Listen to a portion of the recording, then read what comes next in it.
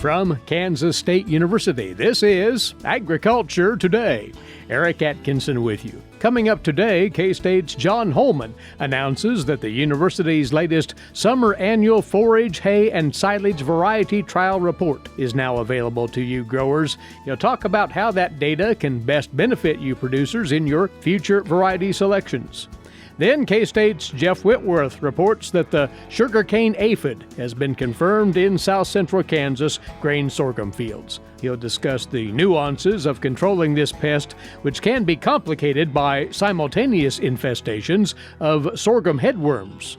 And on this week's horticulture segment, K-State's Pam Paulsen on attracting beneficial insects to home landscapes and gardens. All that and more here on Agriculture Today.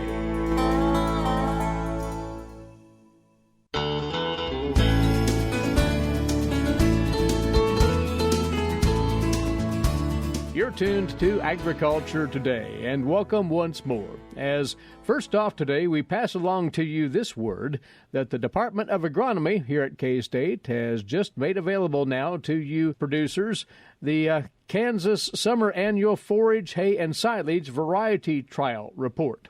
And that takes a look at the performance and the attributes of various summer annual forages grown across the state. Overseeing this every year, Cropping Systems agronomist for K-State based in southwest Kansas, John Holman. John, this is an effort that you and your collaborators put out there every year, and the idea here is simply to lend guidance to producers on their summer annual selection, whether for hay or for silage, right? Right, Eric. Yeah, pleasure to visit with you as always. And, this is something we've been doing for a number of years now, this testing. There's a huge interest in this from growers, not only in Kansas, but a lot of people look at our information from outside of Kansas, and we see that from the page hits and where they come from. So we know that people are accessing this information from a large area, and there just continues to be a lot of interest in it. Summer forages are a huge, important crop in the state. If we look at the state of Kansas, every year we grow about 2.5 million acres of hay and haylage. A little over 500,000 of that is in alfalfa, and so just shy of 2 million acres is in other crops, other hay crops, and some of that would be in the cool season crops like triticale or oats, but a vast majority of that is in a summer crop like a sorghum or corn silage. And so that's what this particular latest report came out, those have made available. We provide the yield data as soon as possible, and that usually comes out around the first of the year. So currently we have the 21 test growing, but it takes a little bit to get all the forage nutrient value back because we look at a large range of different parameters and then analyze everything and then put everything in, format it all into a nice final report that's kind of a permanent place, and that's what just came available. But always, growers can always go to our KSU agronomy website under crop performance testing. They can look at forages, and we try to get that yield data out just as soon as possible for growers to make determination of what the best varieties are to grow. The other thing we do, we test varieties across the state. So in Garden City, we evaluate these varieties under a high-yielding situation under irrigation. And then at Hayes, we have a dryland test. And then also at Scandia, we have a dryland test, but Scandia gets a little more rainfall, so we tend to see a little bit increase in yield there. But we look at these varieties across the state. And when we start to look at these varieties and where they're grown, we see certain varieties do better under certain types of conditions, growing conditions.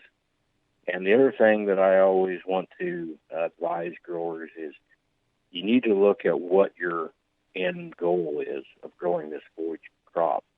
So we conduct both a hay test and a silage test, and these are two completely separate tests, but you really need to look at what your end goal is. Is it hay? Is it silage? And then we really can't end there. We actually need to dive down even further. And is your hay production a grazing situation? Is it a hay situation? Are you under conditions of high yield or maybe moisture stress and a tougher environment? So a lot goes into selecting the best variety to grow. It's not strictly yield, but you got to look at quite a number of different things. Just to clarify, are all entries in these trials evaluated for both hay and for silage productivity? Good question, Eric. No, there are certain varieties that are really better suited for silage, and those varieties are varieties that would tend to have more grain production. Mm-hmm. That grain production will increase the feeding value, energy content of it, whereas there are certain other varieties that maybe don't produce as much grain, but produce a lot of biomass, more tonnage, and they may be suited for a better hay type. And you have varieties that have better regrowth potential. And so in our hay test, we cut all of the varieties by maturity. We just don't go in there on one day and cut all the varieties. We are harvesting these varieties through the growing season and harvesting them by maturity. And so for the hay types, for example, we would harvest them when they are just headed. We don't let them go past heading, but once they head, then we'll go in and harvest those. And then with the silage types, we harvest all of those by maturity when each individual variety reaches soft dough. And with the hay types, what we see is there are certain varieties that have a lot better regrowth potential for a second cutting than others. And it can be as much as some varieties having basically no regrowth and some varieties producing as much as 5,000 pounds of dry matter per acre. So that's a huge difference. And so it really gets back to what is that specific goal of the grower. And once we know that, we can identify what type of variety is the best fit for that grower. As you said, John, this newest report captures all of that extensive analysis that's been done on the nutrient content and quality of these forages. Just to be more precise, what characteristics are you identifying in this analysis? Sure. The full report would list all of it. There's so many that we won't list them. We won't list them all, but we can kind of talk some generalities. You know, for every one of these varieties we enter, we identify what they are. So that could be, for example, if we look at the sorghum types, you know, it'll be sorghum sedan, or a forage sorghum. We also have millets in the test. We would identify the different traits like a brown midrib trait. There's dwarf, male sterile, photoperiod sensitive, the maturity of the variety. So whether it's something that's going to mature early or late, and how that's important, how it fits into the rotation. We also look at the quality of the varieties. And so when we look at the quality, the traits we measure for silage are slightly different than a hay type on the silage side. We're more interested in what that energy fat content is that would be the grain component. And on the hay type, we don't produce that grain, so we don't have that as of interest. But on all of them, we're wanting to look at what the crude protein, acid detergent fiber, nutrient detergent fiber, what the energy value would be, or the in vitro true digestibility or TDM value. And so from that, we can estimate what the energy potential is of both the hay or the silage type. And those are all important traits because those are all the numbers that a producer needs to start to formulate a ration and determine what kind of supplementation would be needed. It's a very thorough breakdown on all of those traits for all of the entries into these trials.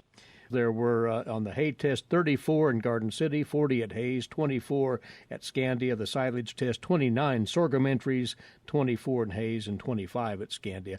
Plenty of information for producers to pour through. And John, as you said, this new data is now on the agronomy website for review?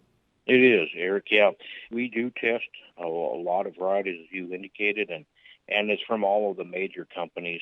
You know, we appreciate those reputable companies. And I would just caution people a couple things when they're making variety selections. Mm-hmm. It's best to look at how varieties do over a couple of years. I caution people to only look at 1 year of data or one side of data when making a determination. So it's best to kind of see how those varieties have done over a couple of years. And so, there's data going back several years now, so people can kind of see what varieties might be the best for their location. And, and growers can maybe identify 2 or 3 that they look good for their farm, and they could grow all 3 of them and see how they do on their farm. But I'd look at them a couple of years to kind of really see how they perform. And the other thing is, all the reputable companies belong to our test. We really appreciate their partnership in this.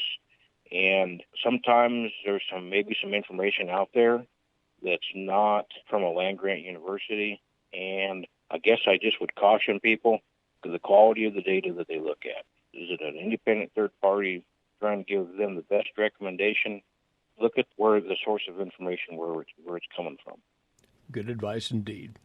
Well, John, thank you for going over in a quick fashion some of the highlights from this report, and we're encouraging those who grow those summer annual forages, either for hay or for silage, to have a look at the information that's been provided here.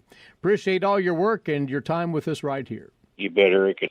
Growers, feel free to reach out to me if you have any further questions after they take a look at some of those varieties available. Happy to help them make those decisions. That's John Holman. He's a cropping systems agronomist for K-State based in southwest Kansas, and one of those who pulled together the latest Kansas Summer Annual Forage, Hay, and Silage Variety Trial Report. That report is found at agronomy.ksu.edu. We'll return with more in a moment. This is Agriculture Today.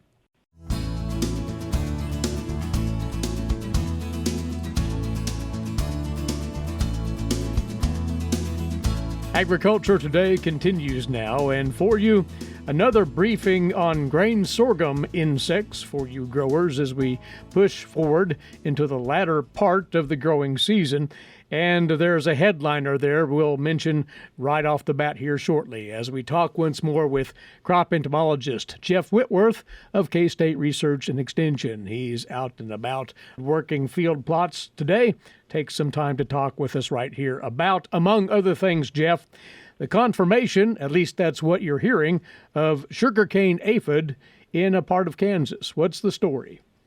Yes, as you know, in Kansas right now, we have all different growth stages of sorghum, probably more so than I've seen this time of year in past years.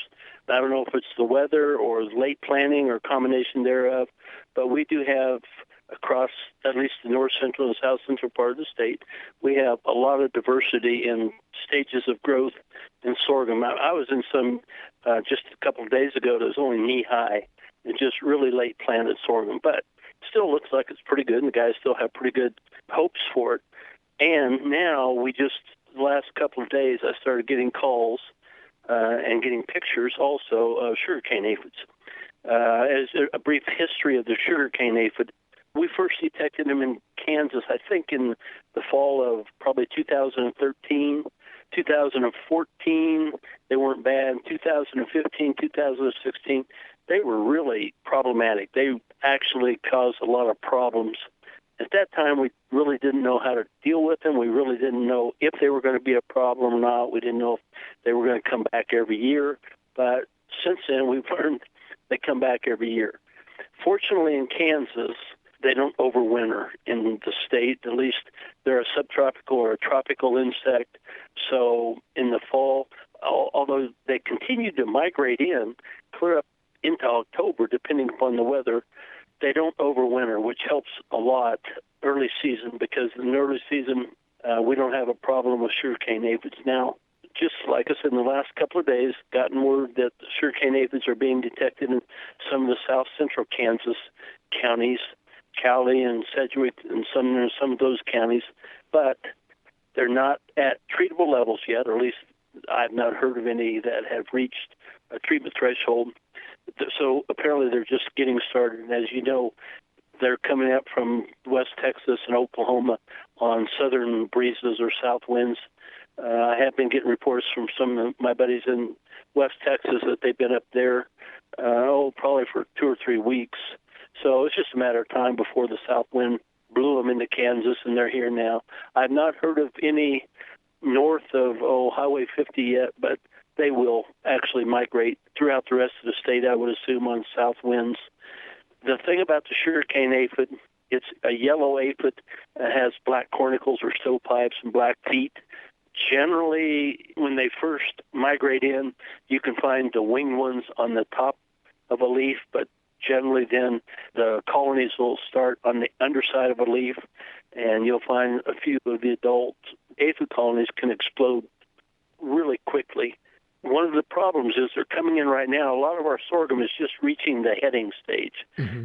Sugarcane aphids come in just about the time in south central and north central Kansas when a lot of the sorghum is heading out, and then we have a problem with sorghum headworms or corn earworms, whichever you want to call it, feeding on the grain or on the kernels. They feed right on the berries themselves, so that can be really problematic because they're feeding on the marketable product.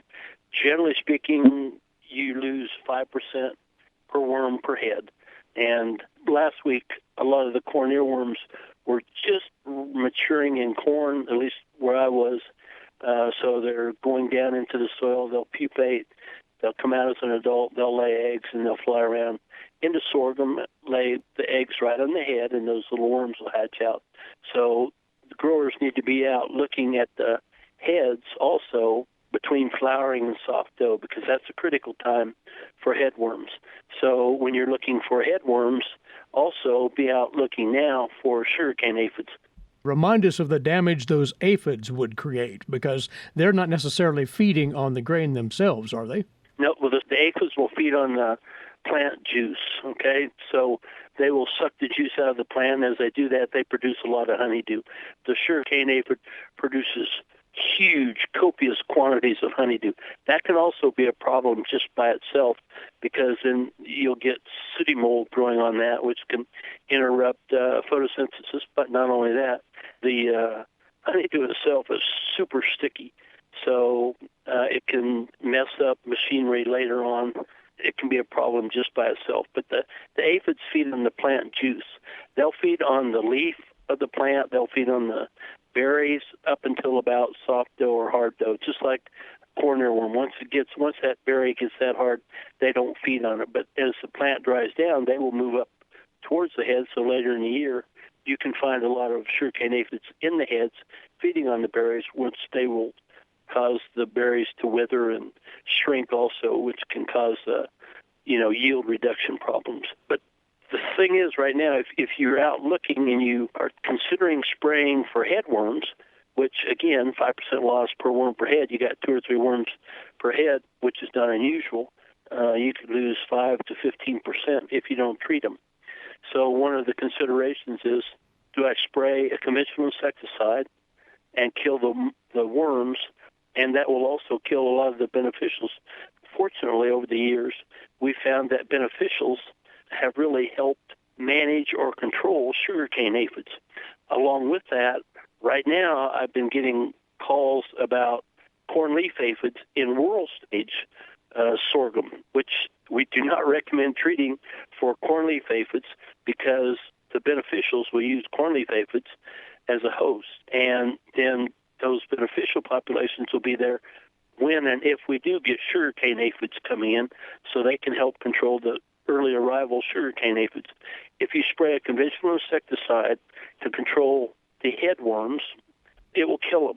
It will also kill the aphids. It will also kill all the beneficials. The problem with that, like I said, a lot of the aphid colonies will be on the underside of a leaf, and the insecticide is a contact insecticide. So it doesn't contact the aphids. So the aphid colonies are still continuing to expand or grow on the underside of the leaf, plus they're continuing to migrate in, but you've killed all the beneficials. So there's no help controlling them. And eventually when that insecticide wears off, 7 to 14 days later, those aphid colonies will continue to migrate in, plus the colonies that are here will continue to expand. So we can have a real problem with sugarcane aphids as we did in 2015 and 2016. This is quite a quandary for the producer, though, as to what to do then, Jeff, whether to hold off on controlling those sorghum headworms to help suppress the sugarcane aphid with the beneficials, or to go the other direction. It really is. And remember, the berry or the kernel is susceptible to both headworms and aphids up until about the soft dough stage. So once it gets past that, you're not going to have that much to worry about as far as the berry itself. But the aphids can still be on the plant. They can still be sucking the juice from the plant and producing honeydew. Now, there are some products on the market that are more targeted to aphids, and they won't hurt the beneficials as much as the conventional synthetic pyrethroid insecticides do.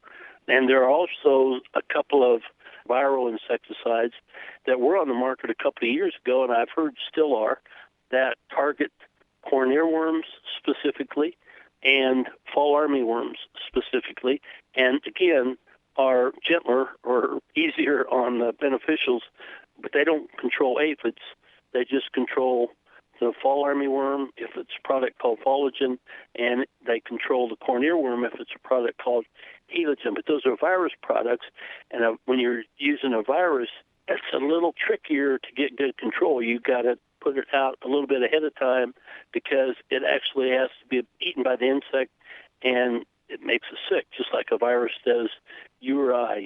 So you take it in 2 or 3 days later is when it starts exhibiting its toxicity, if you will, and start making you sick, and you quit feeding and eventually die. So there are some products out there that we're looking at, and we have looked at, and that do a pretty good job. But you got to take a lot of things into consideration. Just like you said, it's kind of a tricky proposition. Number one, if you have something feeding right on the marketable product, feeding on the kernels or the berries in the head, you need to take care of that. Check with your consultants and your agronomists, your experts, and get everybody's opinion. It's not a hard and fast science right now. It's more of a art form based upon experience and education and getting out and seeing what's going on in your field at the present time. That's the bottom line right there. In strategizing against these insects and making the proper call on insecticide treatments if necessary. Jeff, we will have you back not too long from now to get caught up on what's going on in our soybean stands in Kansas, for you're picking up a few tidbits on some insect activity there as well. Until that time, many thanks to you. We'll talk again. Sure, my pleasure. Anytime, Eric. Thanks. Crop entomologist Jeff Whitworth, K-State Research and Extension. We'll be back with more for you on this Agriculture Today.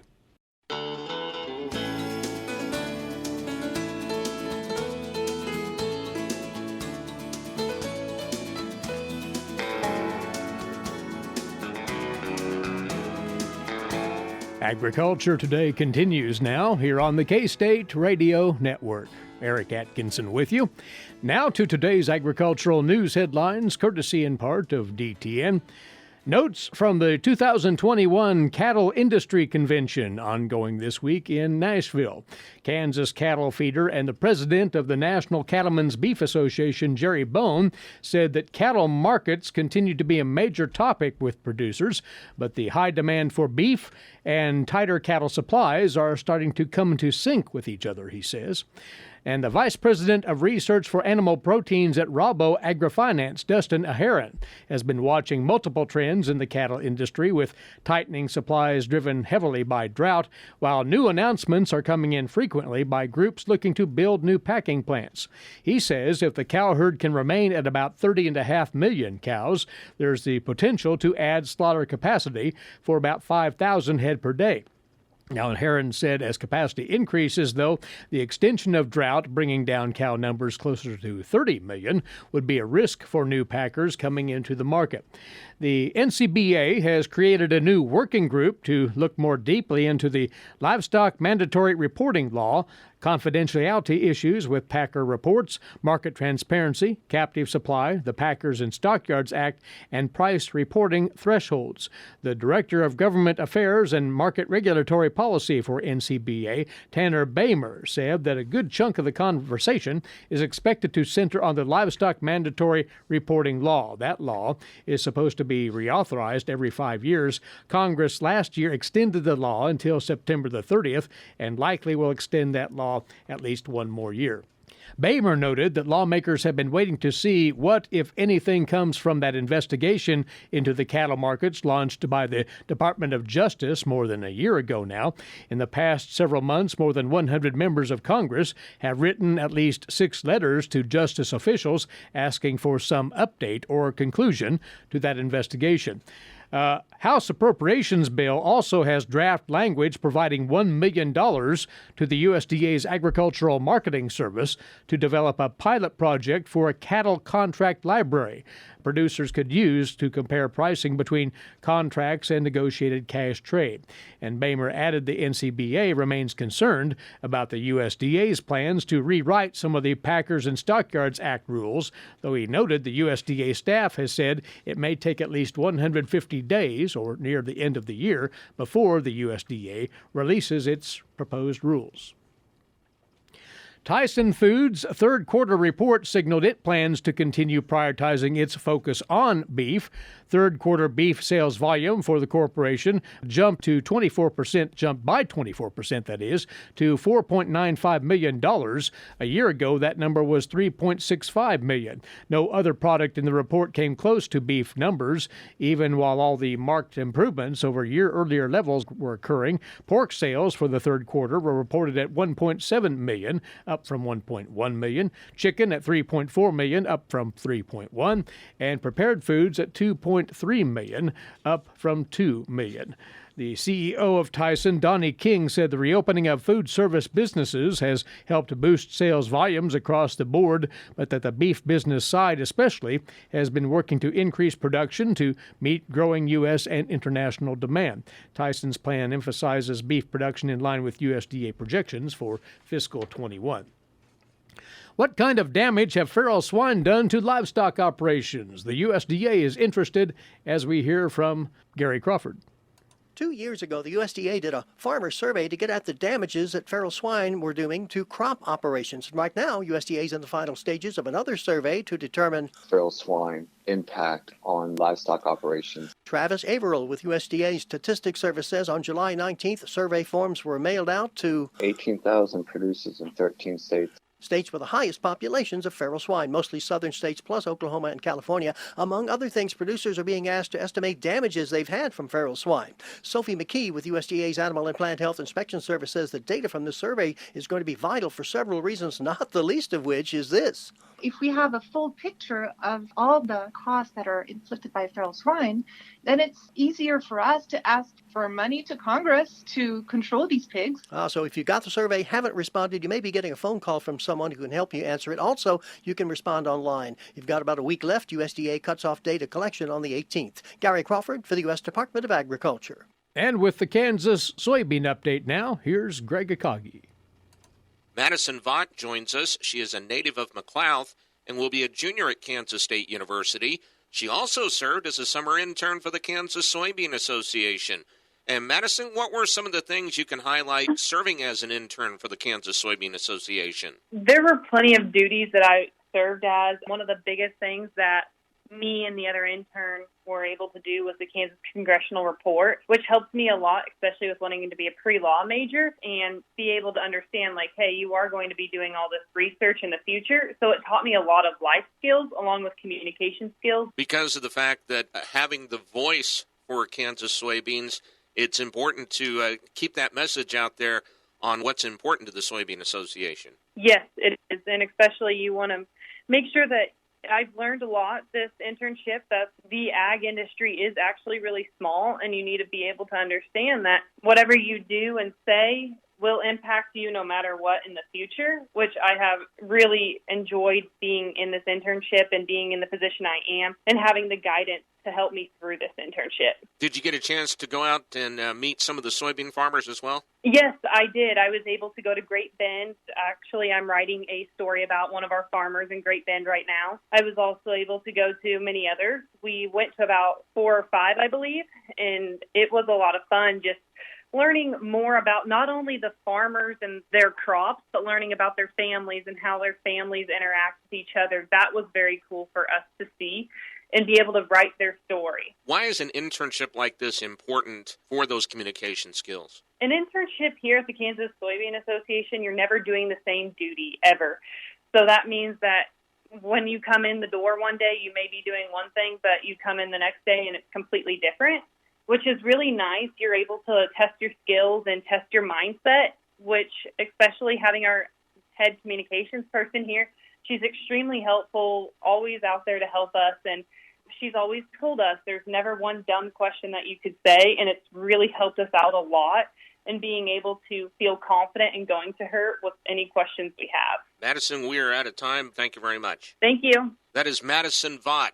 She is a junior at Kansas State University, a native of McLouth, and served as a summer intern for the Kansas Soybean Association on this edition of the Kansas Soybean Update. It's brought to you by the Kansas Soybean Commission. Thanks, Greg. And this is Agriculture Today.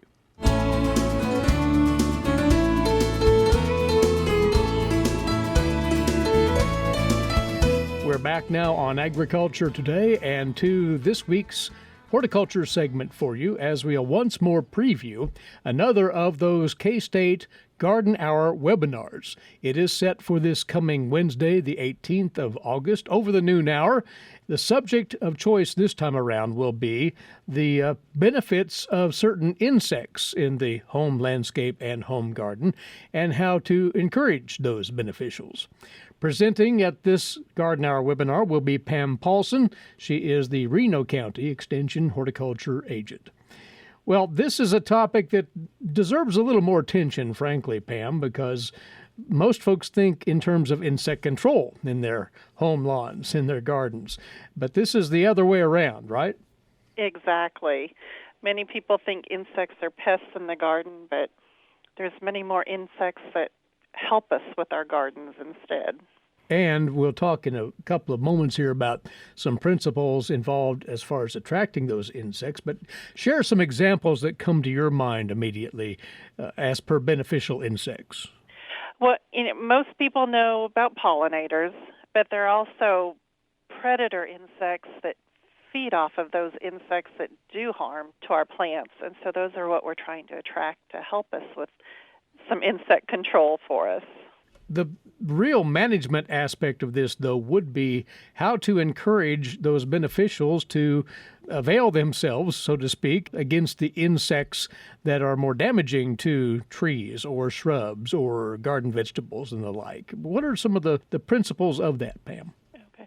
Well, many of these insects are still pollinators themselves, so including flowers that attract them, but also not being too quick to get rid of those bad insects because they are the food for our beneficial insects. So being able to tolerate just a little bit of damage from the bad insects while those good insects can get in place, and then they will take care of them much better than using any insecticides, because many of our insecticides get rid of both the good and the bad.